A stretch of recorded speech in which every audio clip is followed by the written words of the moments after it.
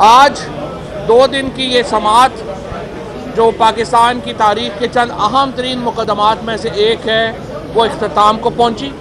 अदालत के अंदर ये कहा था कि आज ही फैसला सुनाया जाएगा, लेकिन अब अदालती अमले के मुताबिक फ़ैसला कल सुबह 11 बजे जो है वो 11 बजे के करीब लगभग जो है वो सुनाया जाएगा। एक दफ़ा अदालत से या किसी भी और मामले से इलेक्शन ये तय हो जाए कि 90 दिनों में नहीं हो सकते तो आगे ले जाएं, तो फिर पाकिस्तान के अंदर इलेक्शन कभी भी नहीं होंगे।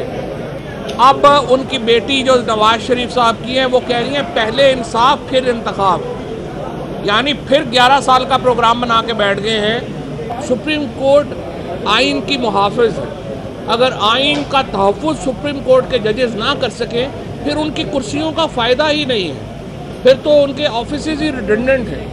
और अब ये बाकी सुप्रीम कोर्ट के जजों के ऊपर है कि वो तकसीम का हिस्सा बनते हैं या आइन के तहफ़्फ़ुज़ के लिए इकट्ठे होते हैं। और अगर सुप्रीम कोर्ट के अंदर कुछ इख्तलाफात हैं, चाहे वो बेंचेस बनाने के ऊपर हैं, चाहे मामलात के ऊपर हैं, हमारी अपील यही होगी कि सुप्रीम कोर्ट के जजेस उन मामलात को नून लीग के सहाफ़ियों के ज़रिए बाहर फैलाने के बजाय अपने मामलात को अंदर बैठ के हल करें।